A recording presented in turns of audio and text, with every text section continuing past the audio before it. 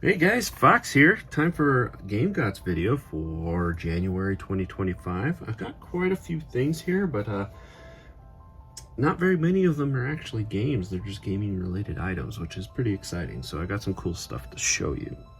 But let's go ahead and get started with the games themselves. I did pick up one Game Boy game for the collection that I did not have, and it's Mysterium.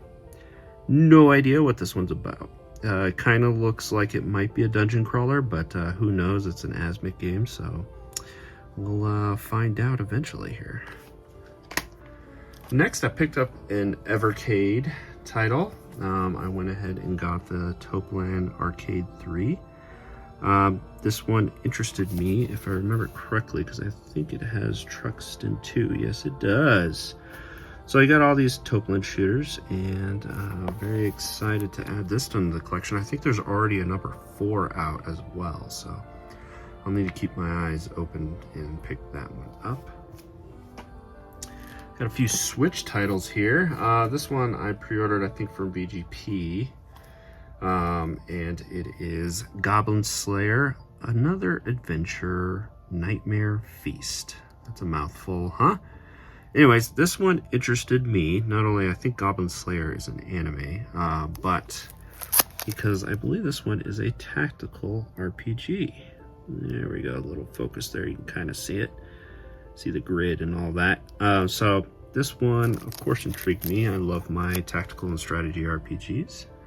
So there we have that. Next is a game I haven't added in my collection, surprisingly, because it's been re-released quite a few times, but I got this one really cheap on eBay, and that's Saturday Morning RPG, one of Limited Run's first games, and this is one that I think one of the owners of Limited Run, or runners, made this title, so very cool. And lastly, it was a game that was well talked about during last year's Game of the Year awards, or the Video Game Awards, or whatever they're called. But that's Balatro. I have a feeling I'll probably really like this. They say it's very easy to get into and hard to master, so I'm all about that, especially with these card-based games. So this one looks like a lot of fun, and will probably be a shoo-in for any time I travel to put it to the Switch. Up next is something I went ahead and picked up from what are they called? Project Retro Games. And what they do is they will make games like that didn't have an English translation. If there's a translation available, then they'll put it into a disc and remake, kind of burn a new copy of the game. And I went ahead and picked up the Sega Saturn version of Grandia with the English translation. Very cool. This is a very different cover that we did not get in the States. But very excited. I just finished the HD remake. Finally, it took me long enough to get around to it, but absolutely love this game. One of my favorite games of all time. And this is kind of cool to have the Sega Saturn version translated. I do have the Japanese Sega Saturn version of Grandia, but this was a cool ad. They make all kinds of games. It's worthwhile to check them out. Project Retro Games. They have all kinds of stuff you can get. So, yeah. Anyway, moving on, we got a couple of little kind of mini limited editions, typical of Exceed Fair. And the first one is Ys Memoire, Oath of Felghana. Refined edition, that's what this one's called. Anyways, this is a new release. It's kind of like a remake of the Oath of Felghana from the PSP release. Yeah. Anyway, so Exceed still owns some of the rights to some of those earlier Ys releases, to include like Celceta 1 and 2, E7, and stuff like that. So we'll see those from Exceed. Anyways, gave us a nice little box here with some goodies. I'll go ahead and crack it up and show you what the contents are. Here's the game. I actually really like that cover. It's beautiful. So yeah, excited to give this one a shot. This one is not quite as long as some of the latest Ys games, like Ys 8, 9, and 10. Those are like 30-hour plus games. I believe these ones are only between 10 and 15 hours. So excited to give that a shot. Let's look at what else is in this package here. It looks like we have a sound memoir. Looks like it's some kind of decade edition here. Very cool. I'll just pop that in. Looks like I got a bag with keychain chains here. So there's keychains somewhere. I'll find them here. Looks like we got a cleaning cloth. And what looks like some postcards.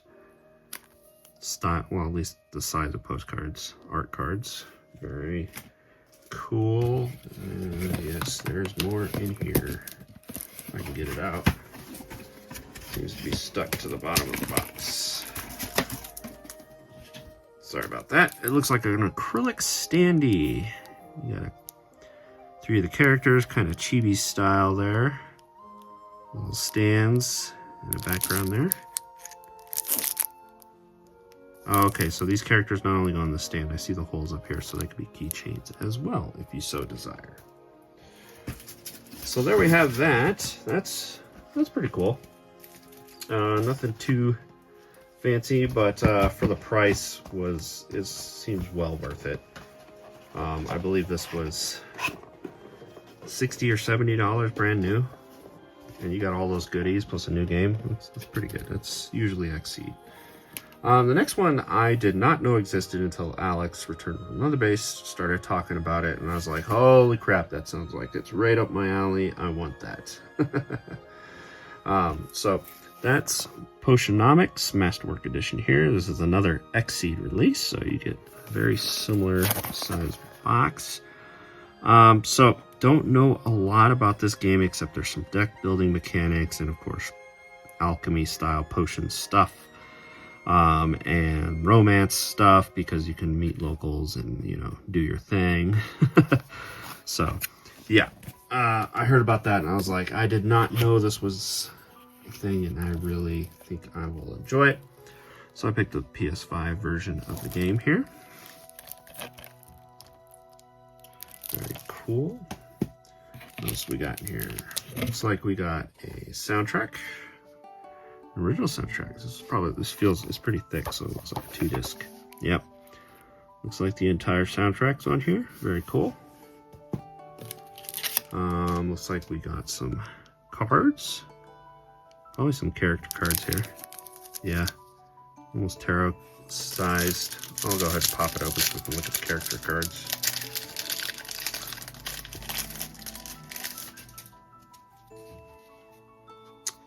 Let's see who else we got. Boss Finn, Horsack, Luna, Mint, Muktuk, Pepper, Cat, Quinn, Roxanne, Saffron, Salt, Exidriel. That's the last one. So, yeah, that's kind of cool. And lastly, down here, it looks like we have an art book. Cool. Yep, traditional art book.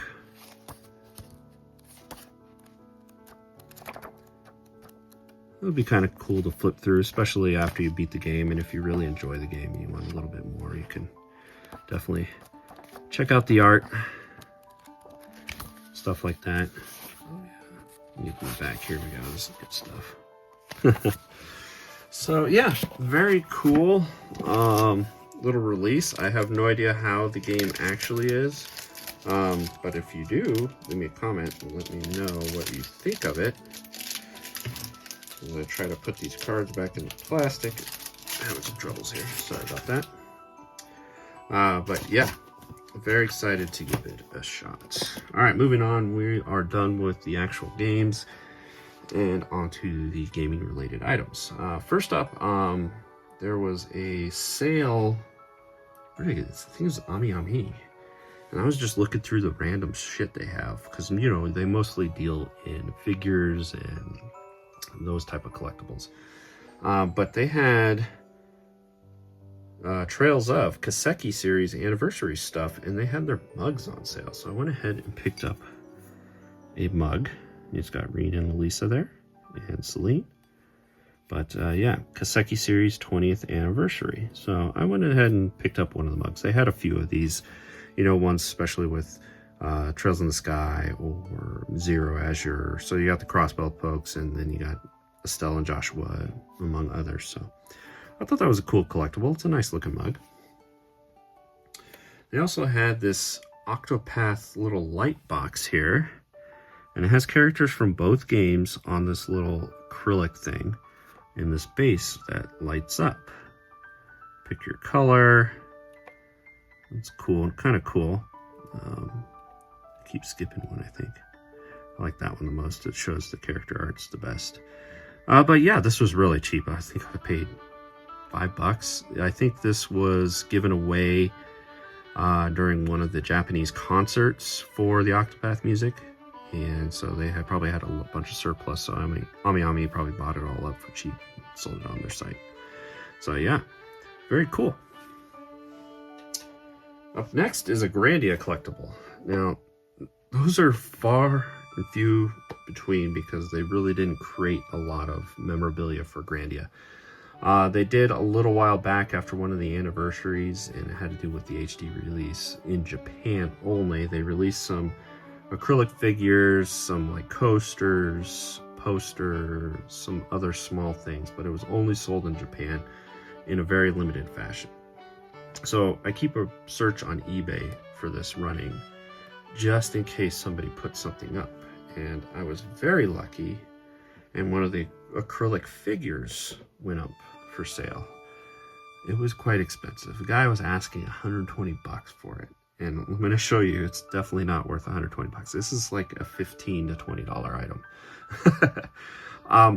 I messaged him, I talked him down. I got it for 80 bucks. It's just still a lot, but I never see these things ever for sale.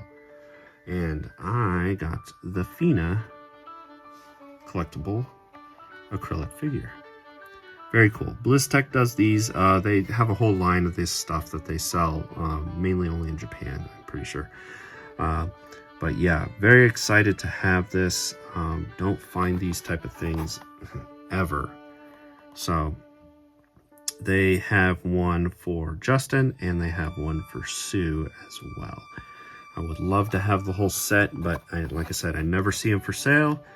And one time I found Justin, but it is astronomical. They were talking like $500. I was like, you're fucking high. $80 was too much that I paid for this, but so yeah. Anyway, happy to put this on the shelf to add to my Grandia fandom. So, and Fina is awesome. So there we have it. And they even shipped it in this little protective plastic case thing. It was really nice. They took care of it. So very excited. Now let's move on. I made an order on Pinbox. I haven't bought something from Pinbox in a while. It's just those pins are really nice, but they are pricey and they're made in the UK, so sometimes the shipping costs a little bit. So I went ahead and ordered a couple things because they had a sale.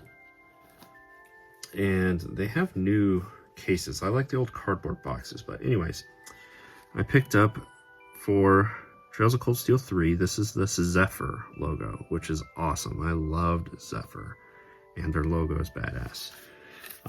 Here's the art on the back. Always great to see the art. But anyways, they put them in these little clamshell style plastic cases, and it's really hard to separate from this. It's really tight. Anyways, it's like this stretchy plastic stuff. So they place the pin right in the middle, and it holds it up, and it's clear on the back. So it's like a cool display piece, but it's really hard to separate from the cardboard sleeve. So I'm not going to do it, sorry. The other one I picked up is the old Golden Ease logo here, which I thought was pretty cool. classic art from the first game, I think. But yeah, so it's in that same clamshell thing. And I also, this was on sale, surprising. It's the Ys 8. It's Dana, or Dana, however you want to say it. I call her Dana. I need to play the game, don't I? Anyway, it's the XL pin of her. I think she's a gorgeous character, one of the best I've ever seen that comes out of Falcom, but Falcom's known for their character design, so really cool pin. This was on sale for 50% off. I was like, yeah, I'll take that. I'm going to play Ys 8 real soon anyway, so that's some cool artwork on the back. There she is down there. Dragon up there. So yeah, very cool. I like these cardboard ones because not only that, when you open them up, they got art on the inside and stuff like that. Also, because I made an order, they gave me a limited edition, like a Falcom art card that they had commissioned just for them when they sell their Falcom pins. And here's the card that I was given. Very cool.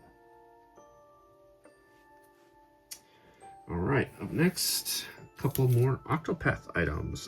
This was given to me for free when I had made that Ami Ami order, and they're just these tiny little pixel character stickers. Just a bunch of them. I was like, okay, whatever. Next is, I've been waiting for this book to go on sale for a while because I just don't feel like paying full price for most art books because they're expensive, $50 plus sometimes. And it's not worth it when I thumb through it maybe once or twice a year, if that. So, anyways, it's the Art of Octopath Traveler. Unfortunately, this is before Octopath 2 came out, so this is going to all be from the first game. But I digress. Excellent art, even in the first game, even though the second game is superior in most ways. But yeah, I'll just show you a few pages of the art. I should be familiar with that one.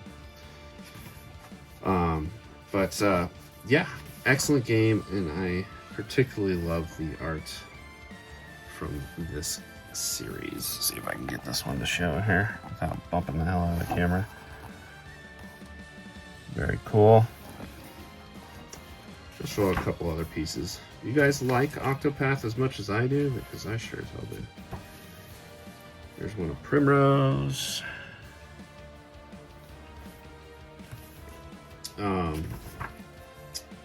I love 2. It's, in my mind, it's probably up for... I started a series for Masterpiece, you know, Fox's Masterpiece games. And definitely one of these days when I start filming more of those, Octopath 2 is going to be in there. It's one of I think one of the best games ever made. So, yeah. I don't know. There's a bunch of other art. I'm not just going to flip through it. If you guys want me to do a video of just going through some art books, I'd be more than happy to. Because I have some good ones. Anyways, last item is a clock. I love clocks. I love timepieces. I like watches, wall clocks, all that. But I particularly love it when it's clocks associated with video games. Now, this is an odd release because of who sold it. Square Enix sold this, but it is a Persona 5 Royal clock. Here it is right here. Yeah, I'm getting some reflection. Sorry about it, guys. Zoom out here as far as I can go. But anyways, very nice clock. What's unique about this clock, if you might have saw one of my other videos, is I have the Persona 3 portable version of this. Anyways, it takes a lot of batteries. It lights up at night. It has a little photo sensor at the bottom, so when it's dark, it turns on. When there's light in the room, it turns off. But on the hour, it also plays music from Persona 5, which is excellent. And it'll kick on sometimes. I might be able to get it to play here if I wind back the clock a little. And turn up the volume so you guys can hear. Bear with me. I have to wait a minute until it kicks in. But yeah, love it. It's really cool. It'll chime on the hour. I'm going to set it right here and talk for a little bit, but it should, once it hits the hour mark, it'll kick on. But yeah, love these clocks. Although I'm running out of wall space, so I'm not sure where I will put the P3P clock.